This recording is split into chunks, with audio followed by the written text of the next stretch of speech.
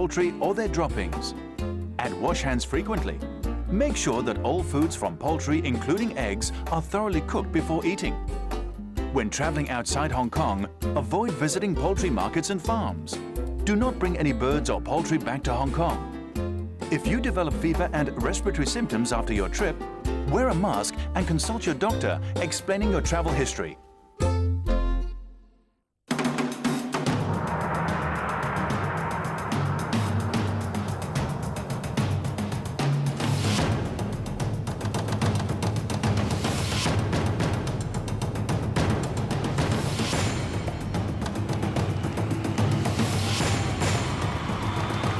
Longines presents the Longines Hong Kong Masters 2015.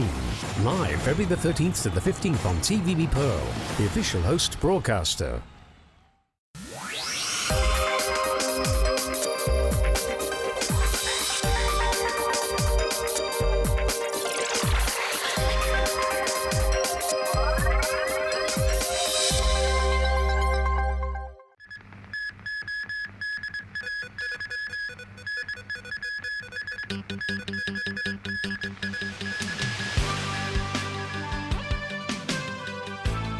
Man injured at town planning board meeting. Train breaks down on MTR's East Rail line. And details on Hong Kong's Lunar New Year festivities.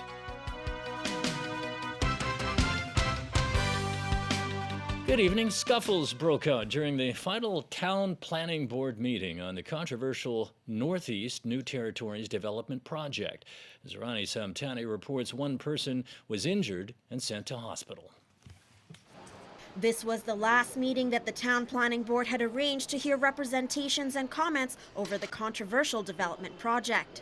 Scuffles broke out in the afternoon and police officers were called just after 3 p.m. A man was taken to Eastern Hospital after sustaining injuries to his neck and back. Those who attended the meeting accused a security guard of hurting him. They also said that they had asked for more than 1,000 people to be allowed to voice their opinions, but the Town Planning Board only allowed time for 300 people to speak. When some of our friends stood up and they want to express their view and ask questions to the chairman. And then one of our friends just holding the camera, shooting. And then a security guard come over him and then just hurt him. However, Town Planning Board members painted a different picture. This morning it was pretty orderly, but then in this afternoon at about 3:10, a group of representatives and authorized representatives stood up and ran towards the chairman's seat. I actually appealed to them to keep calm, return to the seats, but they refused to do so. And therefore I was forced to adjourn the meeting. Because the meeting was adjourned early, many of the participants didn't get the chance to express their views about the development project. Chow said the board will continue to converse with the authorized representatives before they decide whether to reconvene the hearing. Ronnie Samtani, TVB News. Well, meanwhile, the High Court has ordered the Town Planning Board to reconsider draft outline zoning plans for 4 development areas. The ruling comes after the Real Estate Developers Association accused the board of failing to listen to its suggestions. Evelyn Long reports. In 2010, the Town Planning Board consulted the Real Estate Developers Association on the draft outline zoning plans for Wan Chai, Mong Kok, Yamate, and Kowloon Bay. The association voiced opposition to some of the proposals, including restrictions on building heights. However, the Town Planning Board did not adopt the suggestions. The association then filed a judicial review against the board's decision. During the court hearing, the association said it had provided the board with expert reports and architectural designs. But Town Planning Board members said they only received the documents on the day they met. That prompted the association to suggest that members did not go over the information thoroughly. A total of 4 meetings were held, and the association claimed board members didn't take its views into consideration before coming to a conclusion. In his judgment, High Court Judge Thomas Au cited procedural unfairness in the case.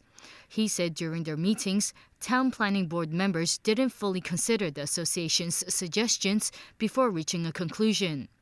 Au also said at least one board member was absent during the meetings when the association was presenting its suggestions.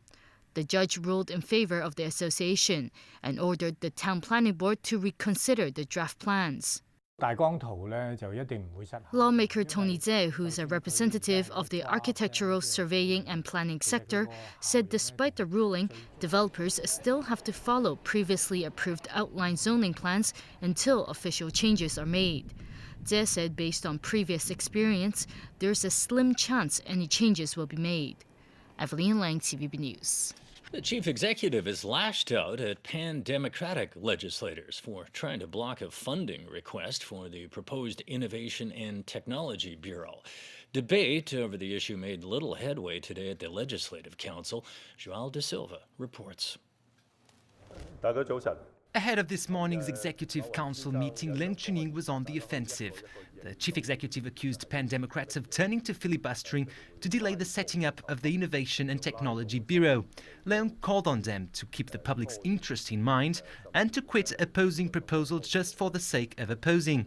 His comments came after the government moved to withdraw a loan proposal for the fisheries trade, moving up the funding request for the proposed bureau in the LegCo Finance Committee's agenda. With respect to the establishment of the Innovation and Technology Bureau, there is a degree of urgency. This item has been raised by the sector, technology sector, for quite a few years already. Frankly, it has gone on too long, so we quite proactively want to complete the work for the establishment of the Bureau. It's not uncommon at all for government to withdraw an item even under discussion. We've done it before. At the Finance Committee meeting this morning, pan-democratic legislators once again used delaying tactics by way of an adjournment motion. This irked Agriculture and Fisheries Sector legislator Stephen Ho, who said the fisheries sector had been used as a political tool and blamed filibustering for the withdrawal of the item from the agenda. Pan-democrats, for their part, accused the administration of willfully interfering with the legislative branch. What the administration did yesterday afternoon was very, very startling and very offensive, because we were discussing the fishery item, and then just less than 24 hours before the discussion resumed, they decided to withdraw that item. The administration does not respect the Legislative Council's way of doing things. Lawmakers are scrutinizing the funding request after approving the setting up of the Bureau earlier.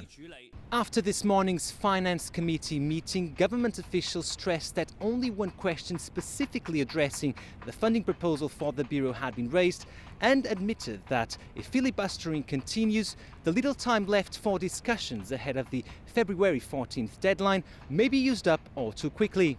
João de Silva, TVB News. One of the three teenagers arrested on suspicion of setting fire to a store in Shengshui appeared in court today. He was denied bail, and the case has been adjourned until next month. Stephanie Choi reports. The 19-year-old defendant was taken to Fanling Magistracy this morning. He's accused of setting fire to a store in Shengshui that sells parallel goods. He's been charged with the possession of an offensive weapon and arson. According to prosecution, the case happened as the teen was out on bail for allegedly spray painting the outside of a department store in Causeway Bay last December. The prosecution said there's reason to believe the defendant will re-offend and objected to granting him bail. The defense pointed out that the teenager is autistic and hopes to be granted bail for a checkup. A principal magistrate refused to grant him bail, citing public safety. The defendant was remanded in custody and hearing has been adjourned until March 17th. The police had conducted investigations based on a photo found on social media that appeared to show a torched parallel import store in Shengshui. The accused was arrested early Sunday morning. Authorities found on him items such as knives, matches, and a map marked with the location of the Shengshui store. Under police discretion, the defendant admitted he was there because he wanted to witness an act of arson and to act as a lookout. Police also say they found in his phone's browsing history a photograph indicating the location of a separate storage facility. Its caption stated that the facility was popular among parallel goods traders and specified an escape route. The caption also read, "An attack on the facility will attract a lot of attention." Stephanie Choi, TVB News. Services on MTR's East Rail Line were disrupted for about an hour and a half this afternoon after a through train broke down. The train, bound for Guangzhou, experienced problems at the Taipo Market Station. Regular MTR services were delayed for about 15 to 20 minutes. The through train was later removed from the tracks and full East Rail services resumed.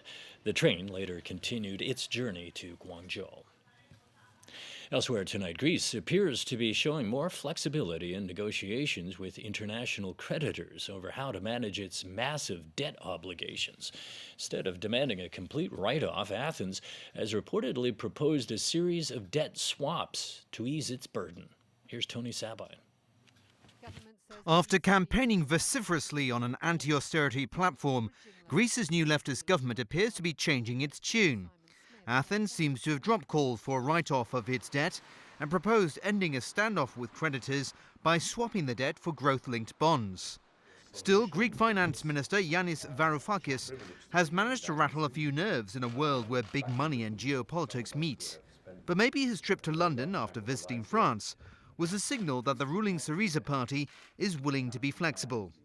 According to media reports, Varoufakis quietly reassured investors in one of the world's most important financial centres that Greece was not going to default on its debt and trigger massive losses for private bondholders and fund managers in the British capital. He also understood any rash move could endanger the Eurozone and trigger another economic crisis. We're not entering this in a confrontational manner. This is what journalists love to portray the situation as a kind of Wild West showdown. This is not it. What we have here is different European governments with a common objective, and that is to strike a mutually beneficial deal. British Chancellor of the Exchequer, George Osborne, was sympathetic to Greece's plea that it should be allowed to renegotiate the terms of its debt burden to end its crippling effects. But, like the French, Osborne told Varoufakis not to go too far. It's clear that this standoff between Greece and the Eurozone is the greatest risk to the global economy. It's also a rising threat to the British economy here. Now, I said to the Greek finance minister that all sides have to act responsibly, but we also need to see the Eurozone come forward with a better plan for jobs and growth. Later, Varoufakis issued a statement saying the idea of a debt swap had not been formally discussed with European Union officials and that it was still a work in progress. Tony Sabine, TVB News. U.S. President Barack Obama has presented Congress with a record $4 trillion budget. In it, he's proposed raising taxes on wealthy Americans, funding a massive public works program, and providing tax relief for the middle class. Sonia Artero has details. No doubt about it, Obama's budget for fiscal 2016 is bound to trigger months of wrangling in the Republican-controlled Congress. House Speaker John Boehner was quick to criticize the plan. He said it will force America into more debt, more spending, and more taxes. But Obama insists the U.S. economy has improved enough to raise taxes on wealthy Americans so middle-class families can get ahead. We've got some fundamental choices to make about the kind of country we want to be. Will we accept an economy where only a few of us do spectacularly well? Or are we going to build an economy where everyone who works hard has a chance to get ahead? Under his plan, $14 billion will be set aside to protect government and private networks from hacking threats. So it invests in our IT networks to protect them from malicious actors. It supports our troops and strengthens our border security. And it gives us the resources to confront global challenges, from ISIL to Russian aggression. Obama warned Republicans not to cut off funding to the Department of Homeland Security, all because they oppose his immigration reform. Don't jeopardize our national security over this disagreement. Until they pass a funding bill, it is the end of a paycheck for tens of thousands of frontline.